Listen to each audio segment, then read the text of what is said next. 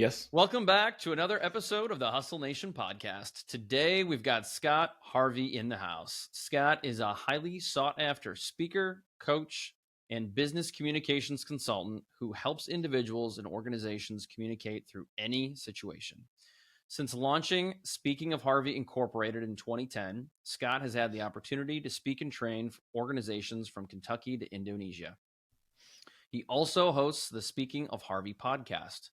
As a former FBI-trained hostage negotiator and public information officer, Scott knows what it means to speak up when lives are on the line. He is passionate about helping others build the skills and confidence to move off the sidelines and to lead the conversation. Scott can be found giving his heart and wisdom to help teens navigate communicating in an online world and to prevent tragedy before it happens, something he became passionate about in his years as a DARE officer. He lives in central Kentucky with his wife of 25 years and his 2 daughters. Scott, welcome to the show. Thank you so much. I'm super excited to be here. We're excited to have you here. We're excited to talk about the wonderful bourbon of Kentucky, maybe. And I want to know about the FBI-trained hostage negotiation stuff. That sounds interesting, but welcome. Yeah. We're excited to have you. Thank you. I'm looking forward to our conversation. So tell us a little bit more about who you are and how you got here. Yeah, I am a speaker, coach, and an author today. But prior to that, I spent 20 years as a city police officer. Now, I did all of my training for the hostage negotiator stuff through the FBI. I went through several FBI courses on that because at the time, not a lot of state level agencies were training in hostage negotiations. But I got involved in that for the same reason I got involved in DARE. Like, I got into police work to help people, and I realized that police are largely a cleanup based business. We get called after the tragedy, and I didn't like that because you couldn't put Humpty Dumpty back together again when you got called to the scene. And so I got prevention focused, and I started teaching DARE. I started getting trained as a negotiator so that I could help people stop a poor situation from getting worse. And I just realized later on in my career that everything I was doing was communication focused. I was talking to the media. I was doing public information officer stuff. I was negotiating with hostage takers or suicidal people. I was teaching and running our Citizens Police Academy. I was doing all of these things that were prevention focused, but they were also communication based. And so that's when I started kind of realizing, hey, I can retire from police work at 43 years old because when I signed in at 23, I was signing into a 20-year retirement. It's 25 today, but I was grandfathered into that. And I realized I needed another gig. Like, I needed something to step into if I was going to retire at 43, because the pension is nice. It's a good safety net. It's not a way to raise a family. And I realized that. I'm thankful for it, but it wasn't plan A. And so with about 8 years left, I started speaking at conferences and things like that I was already attending for the police department. I got to know the organizers, started speaking there. And it was at those events that the participants in my trainings were like, hey, would you come and train our staff? I'm like, sure, I'll come train your staff. These were school administrators, principals, things like that. I was like, sure, I'll come train your staff. Well, then the staff was like, hey, would you come and speak to our students? Like, well, yeah, you have to pay for my gas, that kind of stuff. Like, I didn't know really how this worked, right? So we made it happen. And then as the snowball rolled over, every year it just kept picking up more snow. I started doing more presentations, and I realized that I just really enjoyed speaking. I loved communicating for a living. I realized it was an actual job. Most people, when they attend conferences, don't realize there's such a thing as a professional speaker. They just think the organizers knew some friends who got on the stage and did this. These guys, which is how I started, to be fair. The conference organizer was like, hey, somebody backed out. Can you help a brother out? I'm like, sure. I'm in. So, and then realized it was an actual legit job. So I started speaking professionally and used vacation time from the police department to speak more and more. The last year before I retired, 2017, I actually did 77 presentations while still working full time at the police department. So wow.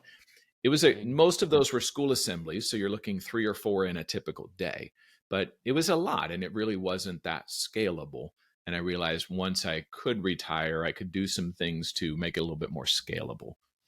So that's where we are today. Since I retired, I added coaching, I facilitate a mastermind, I do a podcast, I wrote a book, just doing everything I can to teach as many of these principles to as many people as I can, because I know they work. I know these communication tactics work in a high pressure situation like a hostage negotiation. They're going to work in your business. They're going to work in your family. They've been tested, and they're not complicated. That's why I love this stuff. So Scott, what are some of those?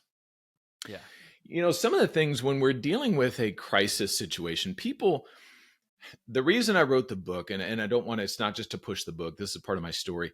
The reason I wrote the book is we in the corporate world, especially when things get weird or crazy, or we've had a product fail, or we've had an HR issue, we shut down communications. And that doesn't kill the story, right? The lawyers tell us, you can't talk about this. Don't talk about this. And I love a bunch of lawyers, but man, they're err on the side of caution, right? And I tell people all the time, there's not a situation where you can't say anything. There are things you shouldn't say. But the problem is when you say nothing, silence without rapport feels like we don't care every time. And the listening people, whether those are your employees or your customers, they'll fill in the narrative. They'll come up with a reason for why you're not saying anything, and it'll be way worse than what the actual problem was. So lots of assumptions, right? A lot of assumptions, because our brain has to make sense of it. Yeah. Like maybe my supervisor quit talking to me. They're not emailing me back. They're not texting me back. I'm getting ready to be fired. Like that's the conclusion that my brain comes up with to make this make sense. The problem is once I come to that conclusion, I will find all of the things to make that make sense.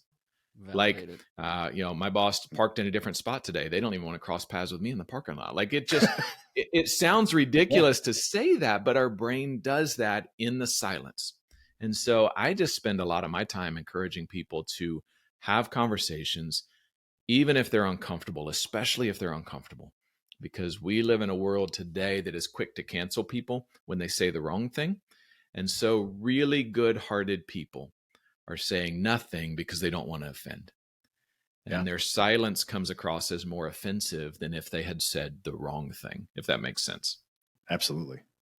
So Scott, how does that tie into, when you talked about the hostage negotiation or really, in those situations, you're dealing with somebody they're in their own cycle, they're on their own spin, right? Like, yes. So how do you, when you're having those conversations, how do you kind of balance the, not being silent and talking, but, kind of tapping into, what cycle they're going through? A couple of things just in basic communication. And that's what I teach people is basics of communication, because they work everywhere, including the hostage negotiation situation. But you're not going to convince somebody outside of their reality. Like if they believe this thing, it doesn't really matter what the facts are. What matters is that they believe it. And if they believe it, that's where we have to come at it from. We're not going to, the sky is purple. I'm not going to argue with you about what color the sky is. Cool. Like we can push past that. That's how you see it. So not trying to argue facts with somebody who is looking at it from a different lens as you are. Don't try to convince somebody outside of their reality. Don't play into it. Don't talk about the purple sky, but it's not something you're going to have to convince them otherwise in order to continue the conversation. So, don't try to talk them out of their reality. And then the other one, the key piece for any type of communication is I've never talked somebody into doing what I need them to do, but I have listened people into doing what I need them to do, meaning I'm asking questions, open-ended questions. I'm actually paying attention. I'm actively listening, and I'm finding out what are their desires, what are their issues, what are their frustrations. And then I craft a solution that allows them to save as much face as possible. Like knowing that your family is important to you. How do we get out of this situation to where your family realizes, hey, they made a poor choice, but then they fixed it. Like then they made it better. Like we can't undo the past. But knowing what you value, what's important to you, that kind of stuff, it allows me to get you to a place where we can get you out of this situation in a way that makes sense for you. And I don't get to provide those. I don't get to decide what's important for you, what you value, all of that stuff. I have to get that from you. Excellent. So you're doing a lot of asking questions and repeating the things that you heard them say they want. Yes. Active listening is huge. And that's something that we're lacking today. And I'll be honest with you, I struggle with it in the day-to-day world. I'm easily distracted. And I We all are. say things to my wife all the time. And I'm like, I didn't realize you even said that. Like I responded, but I couldn't tell you what you said. Like, so I'm guilty of this. I'm preaching to myself. But when we're actively listening, we are giving minimal encouragers. We're nodding our heads. We're saying yes. We're saying, and then what? That type of stuff. We're paraphrasing back to them. To your point, Chris, we're repeating back what we heard, and that allows it to do two things. One, it shows them we were listening, and two, it allows them to clarify if we're wrong. Because if you're an external processor like me, the first 3 or 4 sentences out of my mouth have nothing to do with my problem. I'm just externally processing, right? And when you repeat those back to me, I'm like, that's not the problem at all. And then I'll get to the problem, right?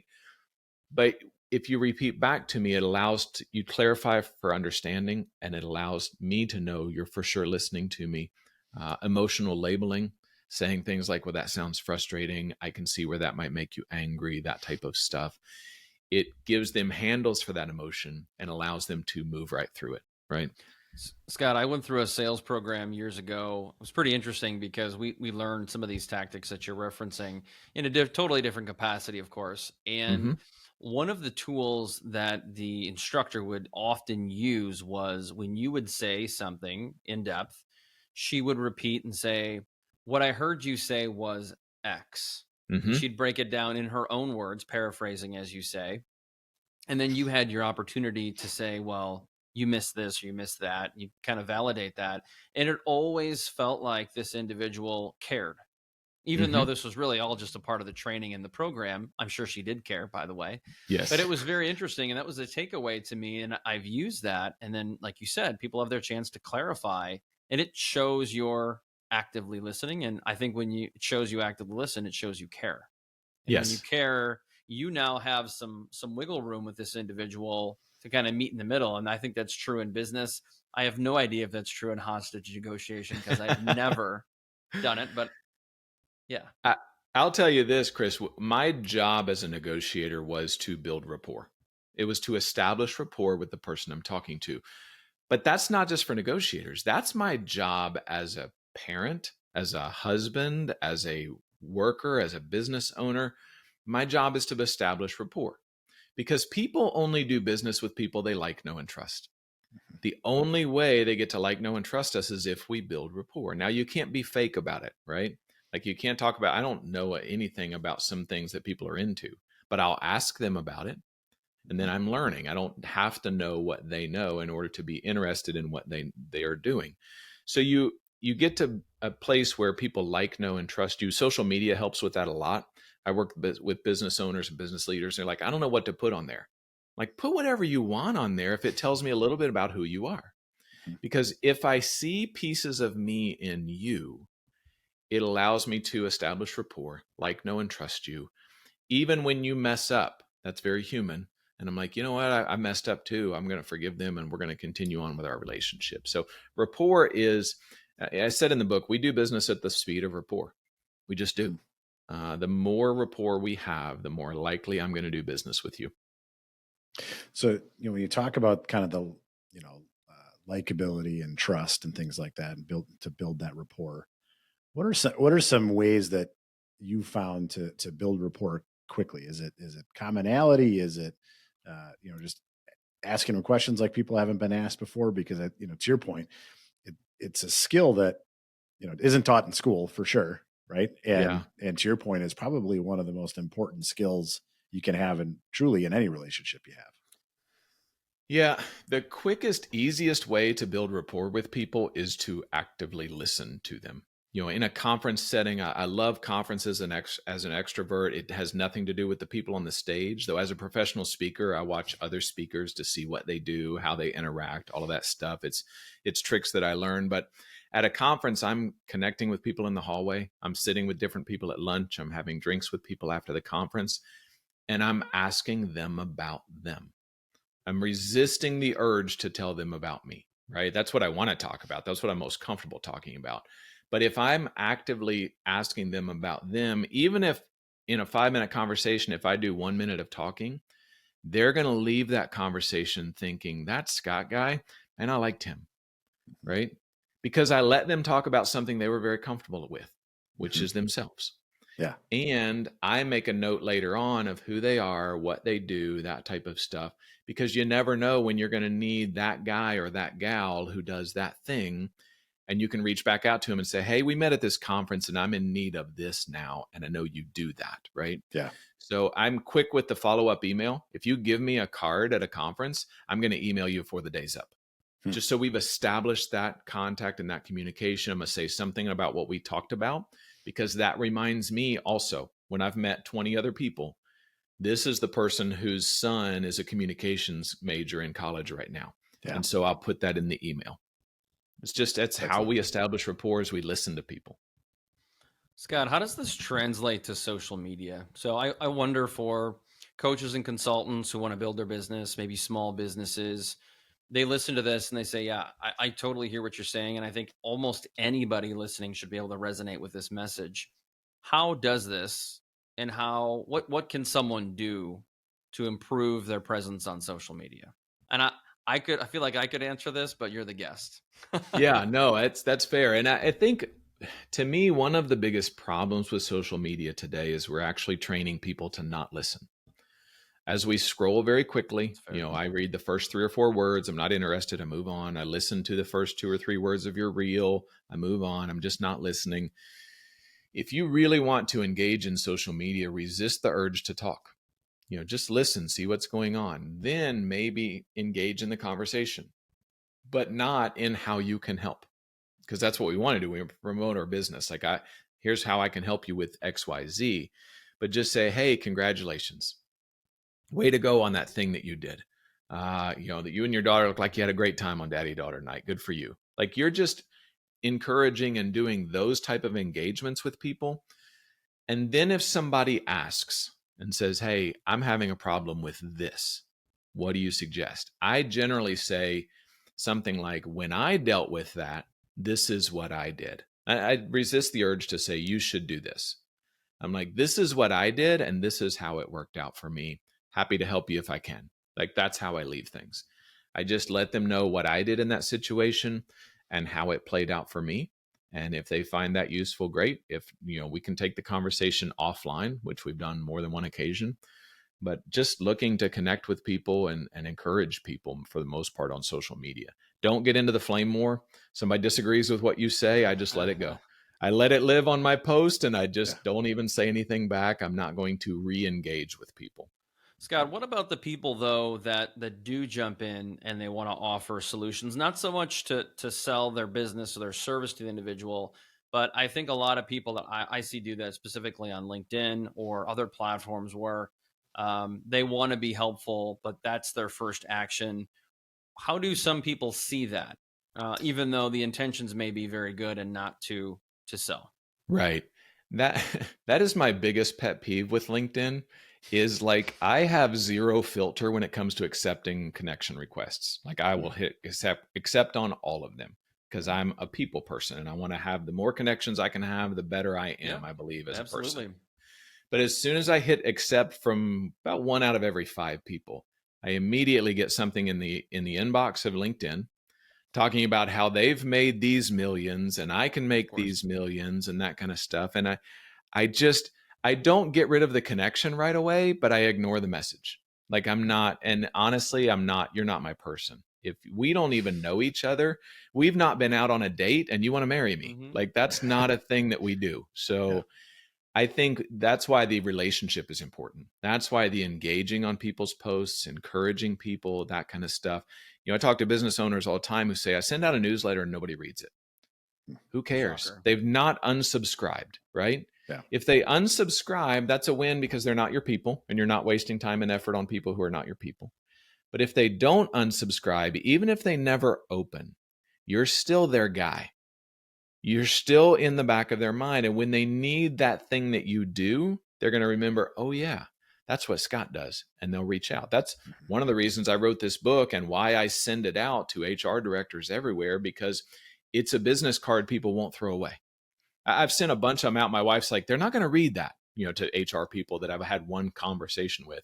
I was like, they don't have to. It'll sit on their desk or it'll sit on their bookshelf.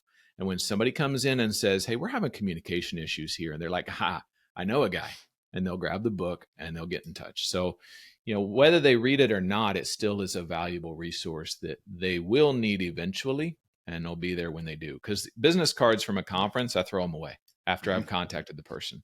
A book, I'm going to put on a bookshelf. I'm going to hang on to it. Yeah. I call that proactive versus reactive marketing. Yes. And when you order enough of them, you get such a good discount on the printing that it makes sense to send them out to people. It's a no-brainer. So Scott, one of the things that I think is interesting just about kind of your path and your career is you had this ramp up period, really into kind of your next gig. And was there a time or a milestone along the way where you just said, man, I'm just not sure I can do this? Yeah. Dustin, there was an 8-year ramp, using your word, 8 years of working both jobs where I could retire. And I thought, I've got some time. I can start this as a side hustle. I'm a huge fan of the side hustle. I think everybody should have one. Like that thing that you would do for free is kind of your side hustle. What's fun for you? Speaking is fun for me. I would do it for free, but thankfully I don't have to, right? People are paying me to do this. So I spent about 8 years building that ramp. And the last 6 years of working both jobs, I was up at 4 a.m, 5 days a week. And I didn't have to be at the police department till 7:30. I spent those 3 hours or so, 3 days a week. I tried to go to the gym. The other 2 weeks was just me, the computer, and a pot of coffee, just booking gigs, doing travel arrangements, emailing potential clients, all of that stuff. And what I found was that condensed into those couple of hours, I got a lot done. And I went to the police department already feeling super productive because I'd already been really productive that day. And so then I'm teaching DARE and I'm doing those things, riding that wave of getting a lot of things done. But the other side of that is I did have somebody from the police department, I still don't know who, that wrote an anonymous letter to all of our local politicians, the mayor, and the local newspaper saying that Scott was doing all of this on work time, that I was building my side hustle from my police department office, which wasn't true. But at the same time, as the public information officer and the DARE officer, like I knew all of these politicians. They're like, we know this is crap, right? This is just jealousy is what this is. Because this person didn't realize at 4 and 5 in the morning, I'm scheduling posts. I'm scheduling emails to go out. I'm getting these things done so that when I get to work, I can do work. Yeah. Right. So, my older brother who used to be in law enforcement and left for the private sector, he's like, man, that was the pack mentality that frustrated me. He said, anytime somebody separates themselves from the pack, they'll nip at their heels until they fall back in line. And I saw that unhealthy side of what I was doing. But at the same time, everybody else was like, good for you. Go out and do your thing. Some of the officers were working security as their off-duty job. Some of them were directing traffic at the big churches in town. So everybody had their side hustle. Mine was just, the speaking stuff. Well, what's interesting about that is just that was such a pivotal moment where a lot of people would give up. When we talk about, what is that hustle culture and that hustle mindset, right? It's a lot of times there's always going to be somebody that's going to be giving you a reason directly or indirectly to not go towards your goals. And it's, what we see that time and time again with successful people is they have that clarity of, look, I'm not going to pay attention to the 20% that's going to try to tear me down. Yeah. The reality is there's 50% that may not care one way or the other. Right. But, I'm going to focus on my goals and I'm not giving up, and I'm going to focus on them. And, even your point of, the 4 a.m., I think it's another great example of so many times people look at successful people like yourself. Right. And they're like, I want to be like Scott, I want to be like Scott, but they don't want to put in the time, energy, and effort. And this mentality of like, I want to be Scott. But I don't want to wake up at 4. Right. I want to do that. You want to be him, but you don't want to do the work he's doing. Yeah. Right. Yeah. Right. And there was some of that pushback, Dustin, from, the officers that I work with when they found out what I charged for a presentation at the time. They're like, you charge that for an hour? No.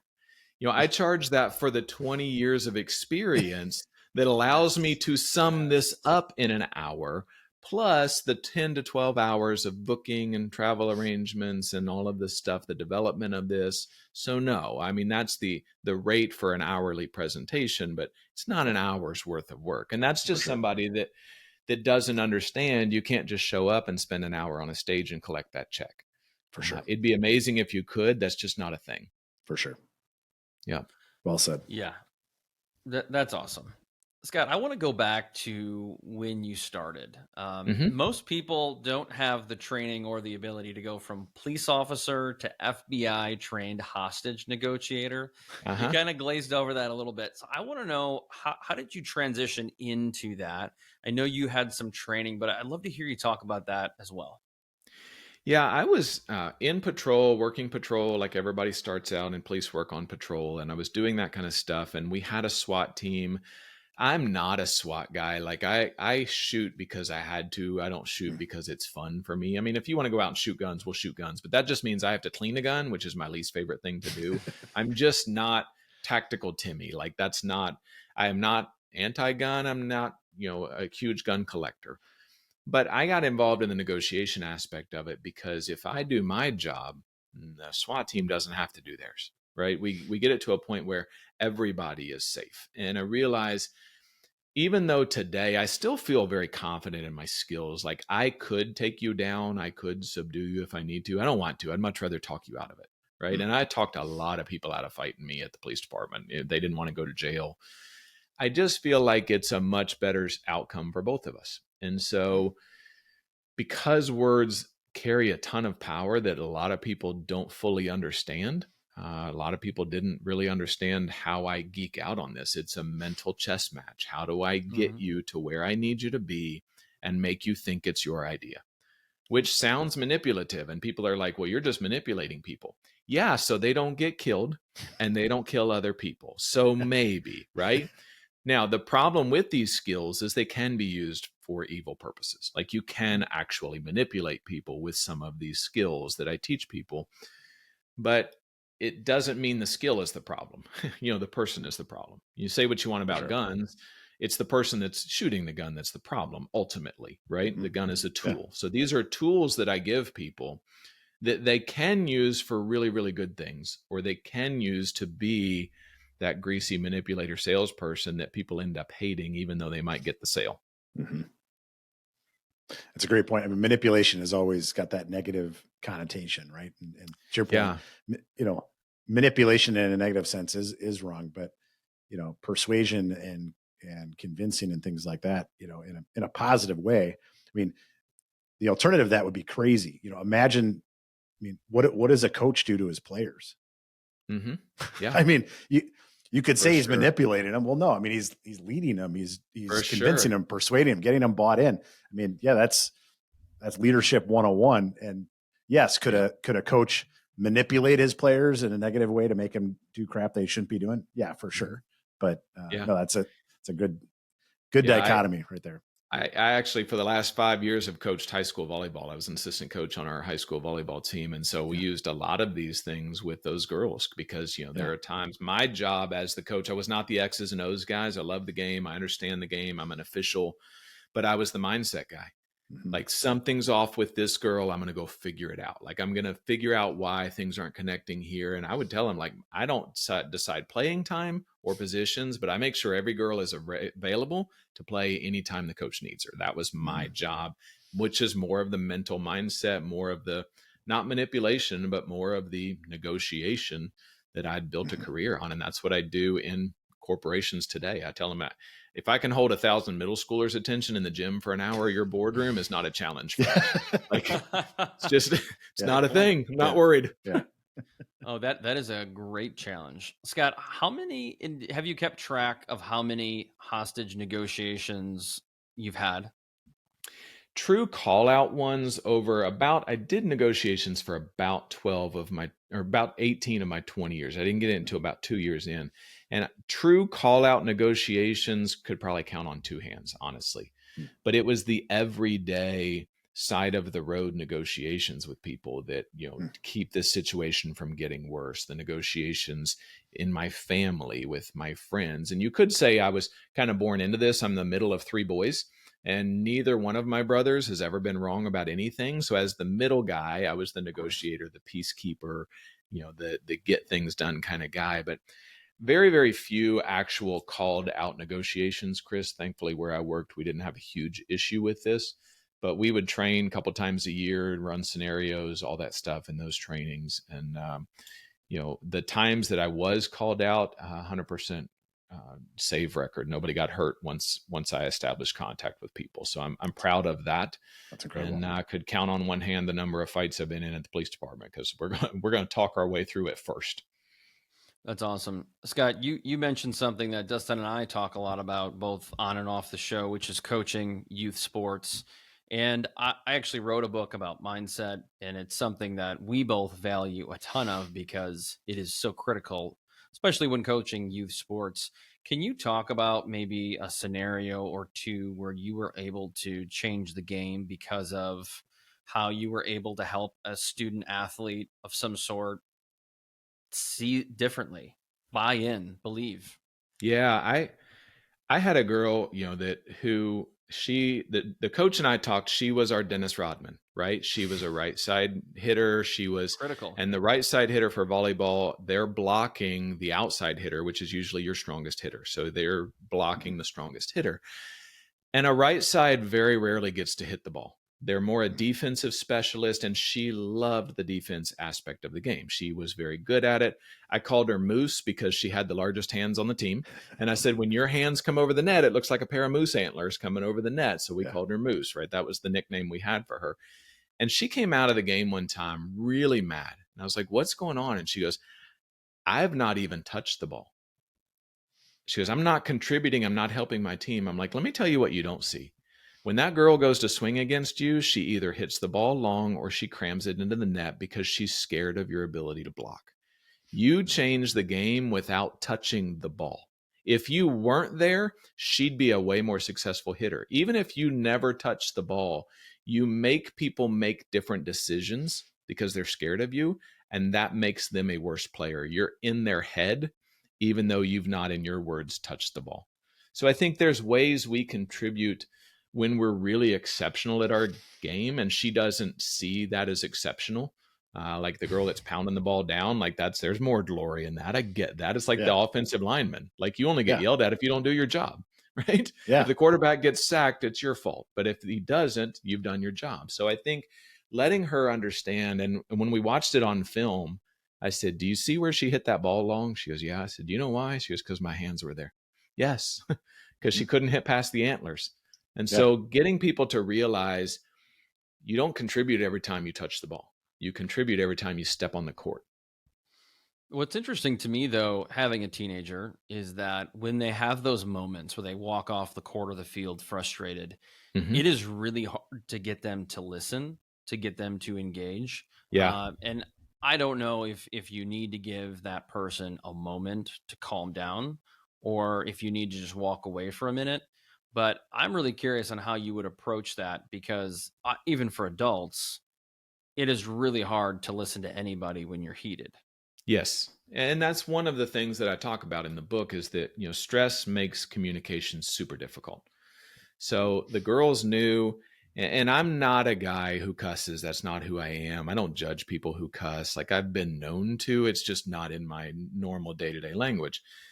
But I tell those girls, I said, when I come to talk to you, if you need to cuss, drop whatever you need to drop. It's not going to bother me. Like, and I tell them, I said, I'm not going to tell your parents. I'm not going to run and say, do you know what so-and-so did? Because I get it. You're mad. Because what I need them to do is process that emotion as quickly as possible. And sometimes dropping an F-bomb when nobody's going to overhear you or something, it lets off some of that steam. So I don't judge the girls based on that. But I think some of the parents in the stands would be surprised at some of the things I've heard from some of these girls who would never say that to anybody else. But what I need them to do is process that anger and frustration as quickly as possible. And sometimes that means just saying some words you wouldn't say at church. And then they're more able to hear me say, okay, now let's work on this, this, and this, right? And a lot of times it was me saying, they're like, I crammed it into the net. Sure you did. How many thousands of balls have you hit over that net in practice on a daily basis, right? If all we focus on is the times we weren't successful, then we'll actually be less successful.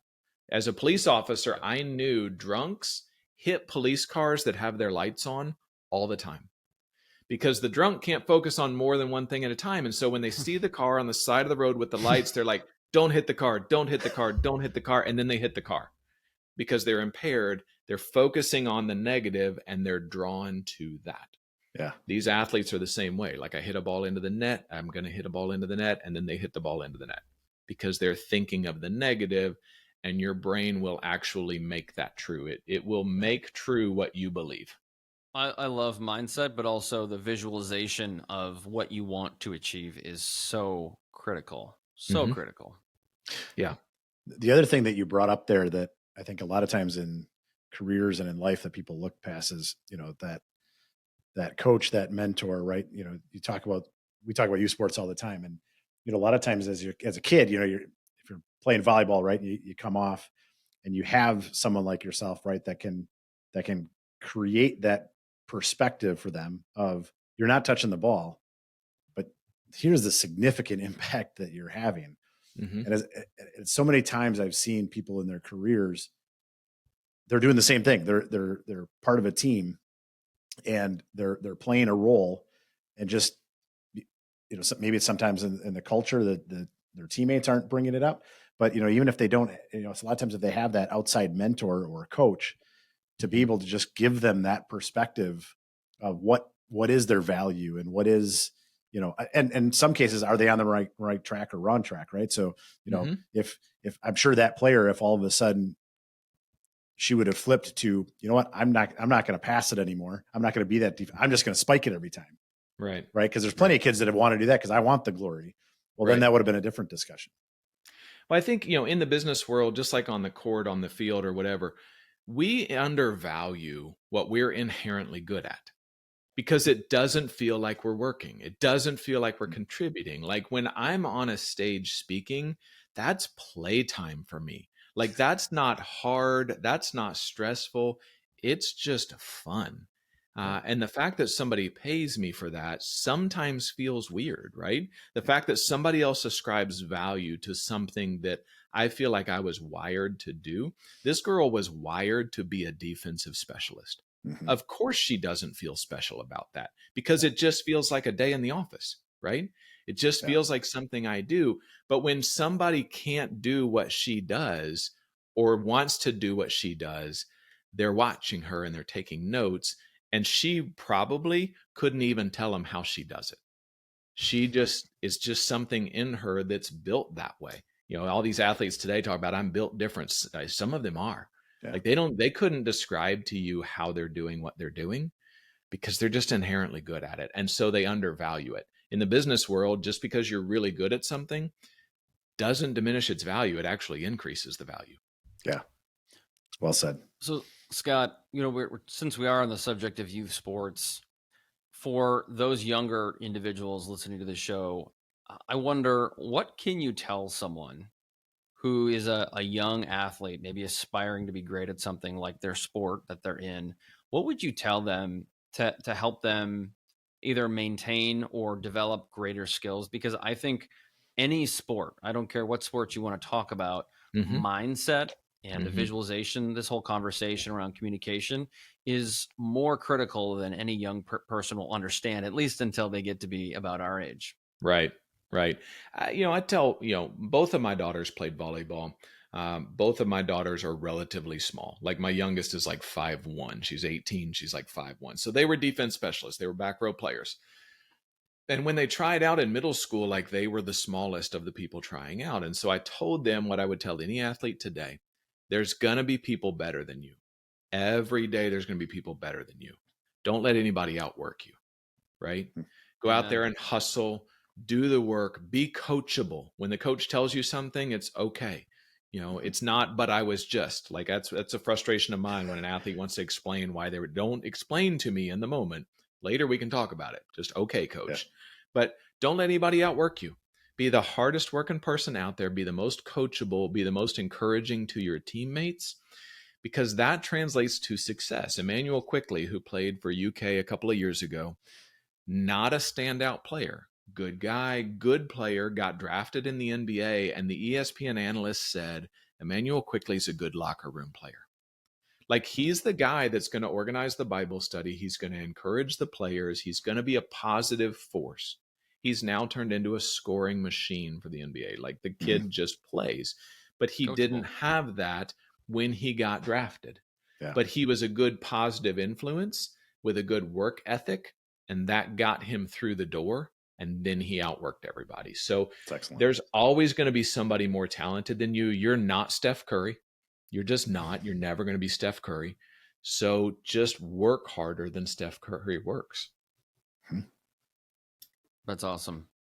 One of the things that I tell my teenager, in addition to some of those things, is be visible, because the coaches can't always see you. They're not always in the locker room. Some of them are, some of them aren't. But it's amazing how many of them know when you're in the locker room, when you're in the weight room, when you're at these extracurriculars. Maybe it's volunteering to do some coaching for a camp or something, and they see your body of work, and that is part of how they evaluate you. So if you're looking to be an aspiring player, you've got to be available, you've got to be visible. Otherwise, they're going to make those assumptions we talked about in the beginning of the show, and they're probably not going to be good, right? Yeah. Or not as good as you could have made it. The analogy I use, and I didn't make this up, I heard it from somebody, but I can't remember who, is the difference between a thermometer and a thermostat. Like, a thermometer only tells you what the temperature is. A thermostat sets the temperature. And there are players who, I would tell them this, they're like, I don't know if I want to play in college. I'm like, listen, your stat sheets will never show the type of player you are. Because when you step onto the court, the whole game changes. The girls are more energized. They rally around you. Like, you are a game changer, and there's no place on the stat sheet for that. So be that player. Be the player who's the thermostat, but not the thermometer. There are some girls who allow other girls to take them out. Some athletes, well, their teammate gets frustrated, so they'll go out with them. Those are thermometers. Like, they're just reflecting the temperature that's on the court or the field. Go out there and set that temperature, because coaches look for that. They look for people who have stuff that won't show up on a stat sheet, because those are the players that the other recruiters aren't necessarily looking at. Recruit for character and teach skill. That's true in sports, and that's true in the business world. If you have a really good character and a really good work ethic, I'll teach you what you need to know.